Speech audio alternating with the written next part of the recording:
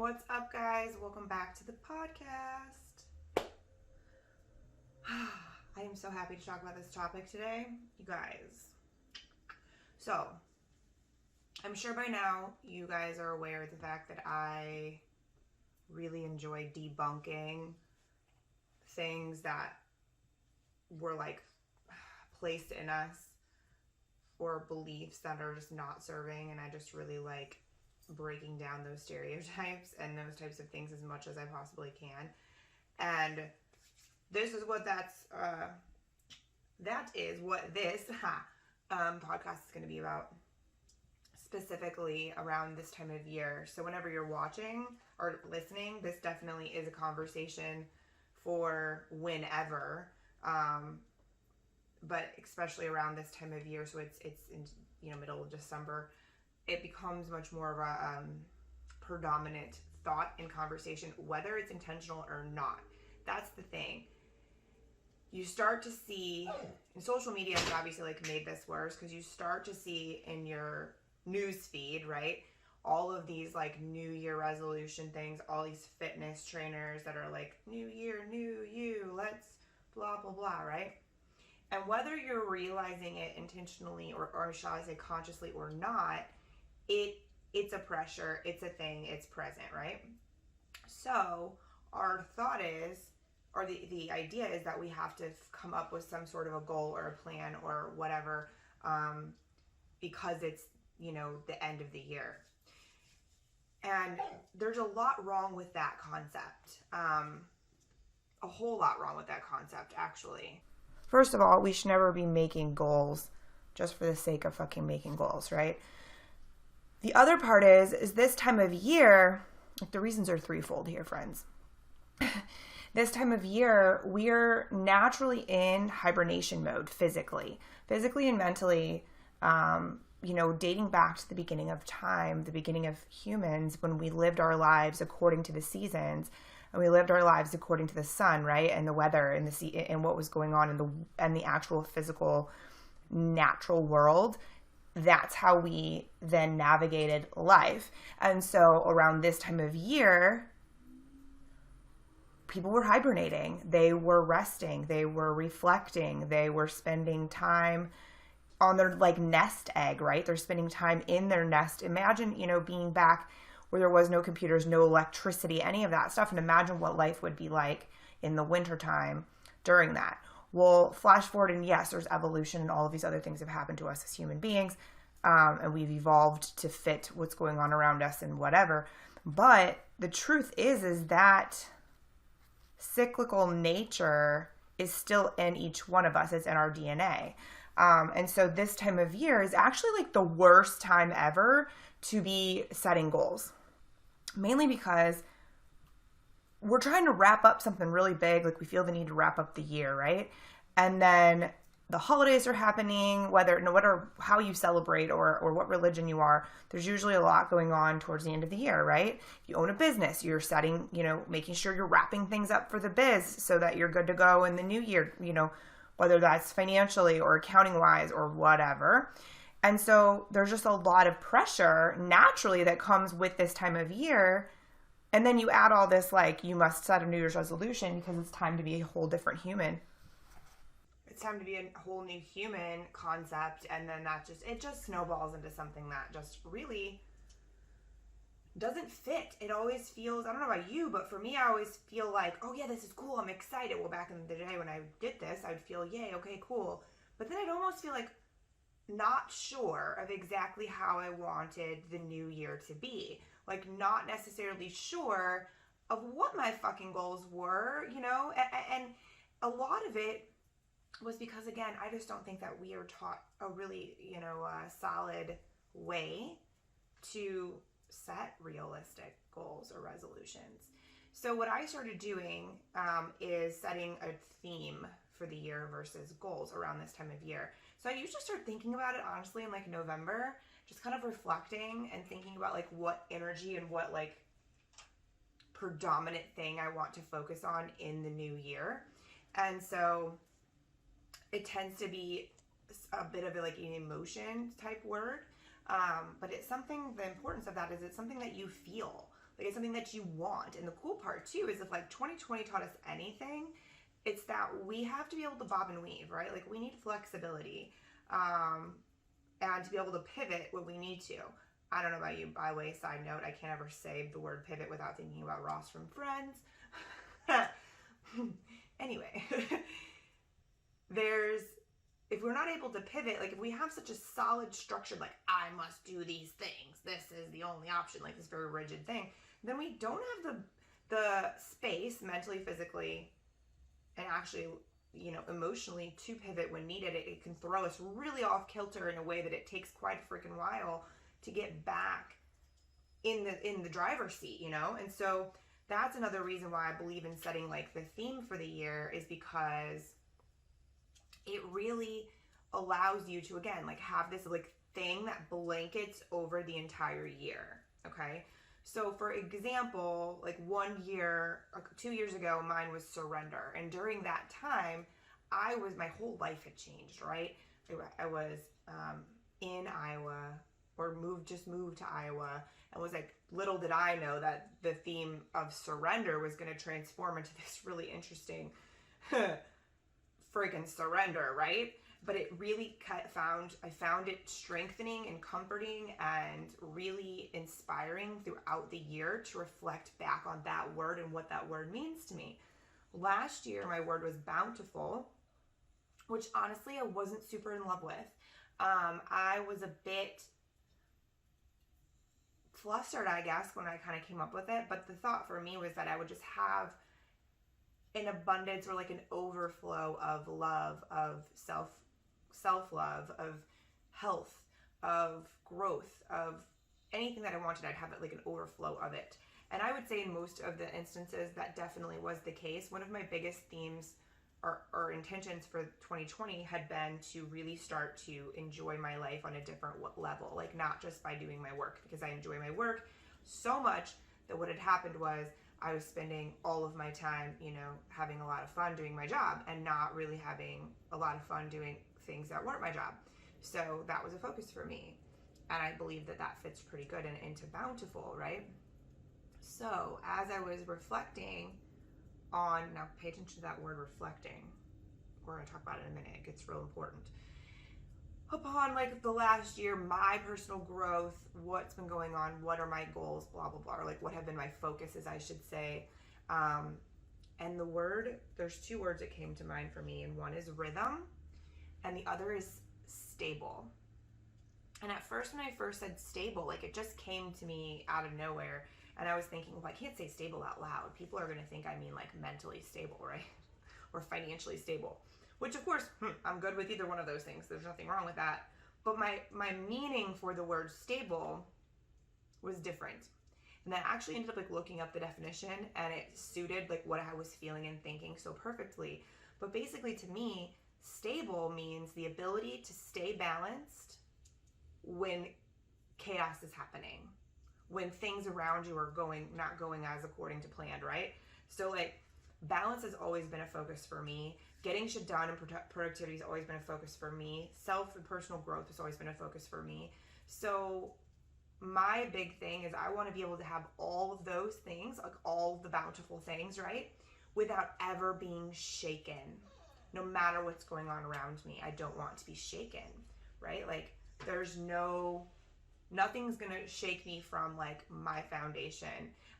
And I believe that based upon the journey I've been on in the past 5-6 years, like what a perfect place for me to be. It's like, okay, let's, have health, a good business, good relationships, good relationship with yourself and your magic, like having, good relationship with friends, money in the bank, like having all of those things at the same time is kind of scary. And so that's, part of that too, is being able to maintain and have all of those things without losing the balance, right? And so to really wrap that up in a big pretty bow for me is rhythm. And that's trusting my own rhythm, right? That's something that I've been fighting for so long based upon mainly like what people are quote unquote saying I should do or shouldn't do, right? We all fall under that trap sometimes. I'm fucking sick of that, right? I've been peeling back the layers of should for years, and it's just getting to an even deeper, cooler place. And so rhythm for me suits really well, so that I want to trust and follow my own rhythm. I want to follow the rhythm of my own cycle, the rhythm of the moon, the rhythm of me, right? What works well for me. And I'm continuing to learn that. So it's a really beautiful thing. And I'm really freaking excited about it.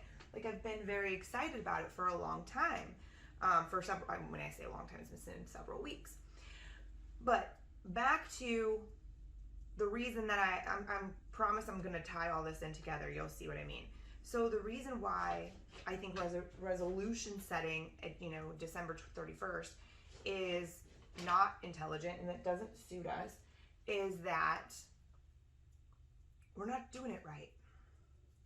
Everything I just described to you about the theme, right? The theme or the feel of the year. As I now go into 2021, like, I will consciously remind myself of rhythm and stability. Like, those will be the things that I continue to do throughout the year, right? It'll be that blanket, like, background thing, like that extra piece of, yes, this is why, this is what I'm doing. And reminder that, like, no matter what the tasks are, no matter what direction I go or my business goes, that thing, that core belief, part of like a principle now for me of rhythm and stability will now go along with us, right?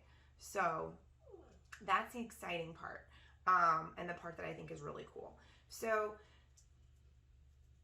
are you catching the theme here of the fact that, like, reflection, especially when you're thinking about setting like new goals for a new year, the reflection piece is so big. And here's why. If you don't know where you've been, there is no fucking way you're going to know where you're going. You're not going to get to the destination that you have in your head or whatever if you don't know where you've been. It's extremely important that you understand where you've been and where you're going, because otherwise you're walking around with blinders on. You have no idea. You're most likely walking in circles. So when we do reflection, we look back on the previous year, the previous couple of years, our own personal growth, business growth, what worked out well and what didn't. What is something that we wanted to have, change, or we wanted to make more time for, but we didn't make more time for it? Is that even still something that you feel passionate about? Is that even still something that you want to spend time on, right? That without reflection, we continue to move forward, and a lot of times we continue to move forward and put effort into something that we don't really want anymore. We don't realize that we don't want it, so that's why it never works, right? The other part of it is we live in this world where everyone's giving you a solution to your problem, right? Everyone's saying, this is the answer for everything you're looking for. This is the answer. Let me fill you full of all of the information about what I think you need to do to fix your problem or to get to wherever it is you want to go. Here's all this stuff. You should be doing these 17 things. And then the person dips out, and then you're sitting there and you're like, okay, I read this article, I took this course, I went to a program, blah, blah, blah. And I know all the things I'm supposed to do. But I also have a life, right? I also have responsibilities like a job or a business, a family, a household, kids, dogs, health, all of this other shit that's real life that you have to deal with, right? We all have our different set of circumstances and our different set of responsibilities.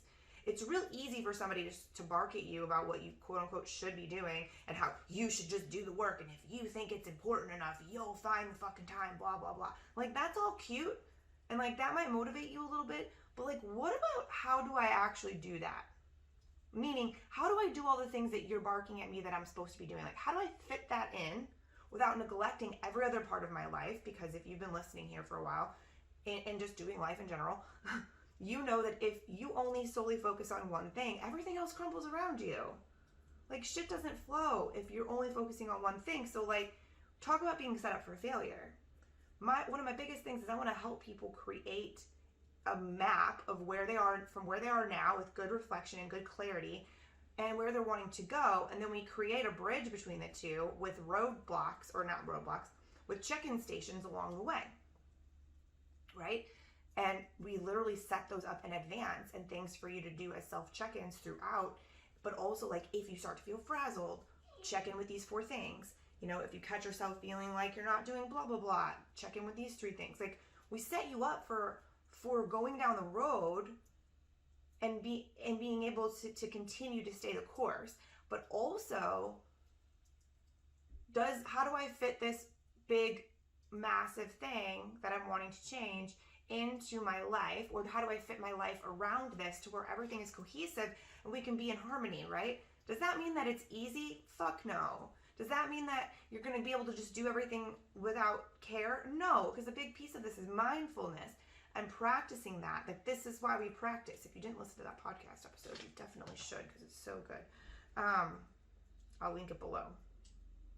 But this is the point, right, guys? Like, if you want to step into the new year and make different changes or do different things or focus on different stuff, make more time for blah, blah, blah, or even just keep things the fucking same. Like, I don't mean that everybody has to always be wanting to change and grow and create.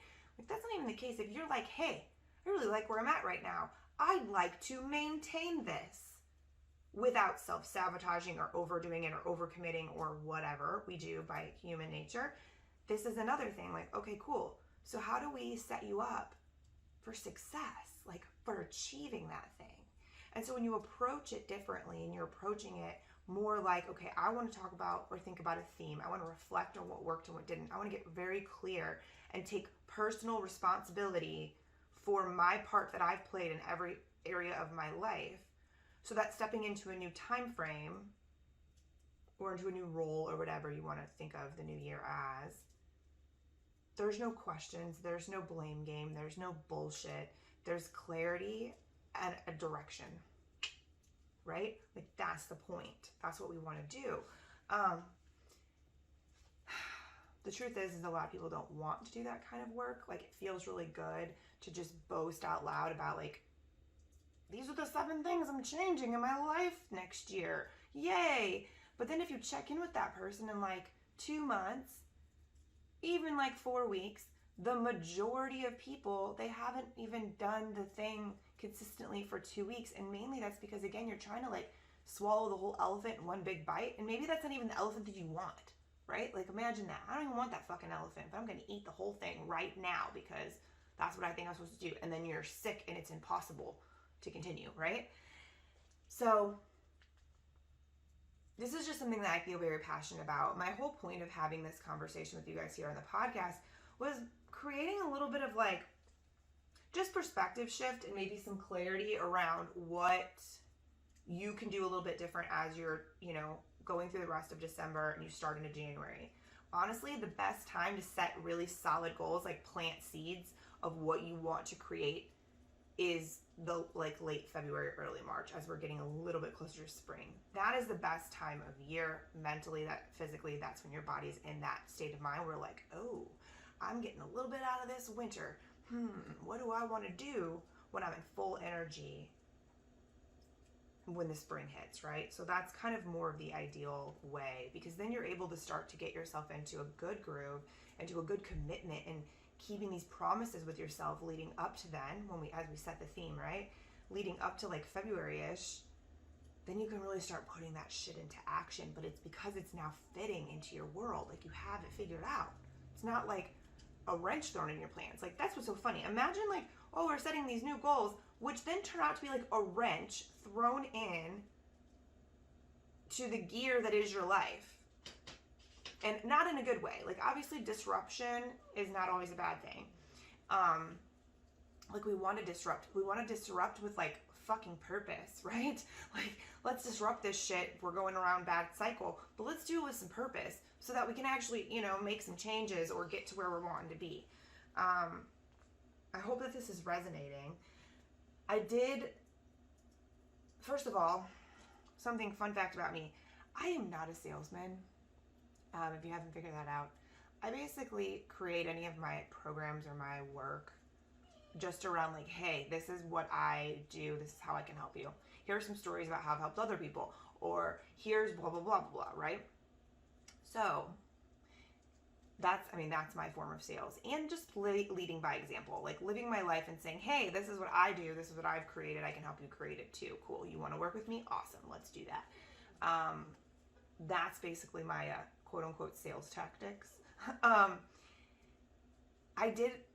so the reason for me saying that is I hope you realize that like this whole podcast was not in order to like sell you on anything. Like I really wanted to add value to your life.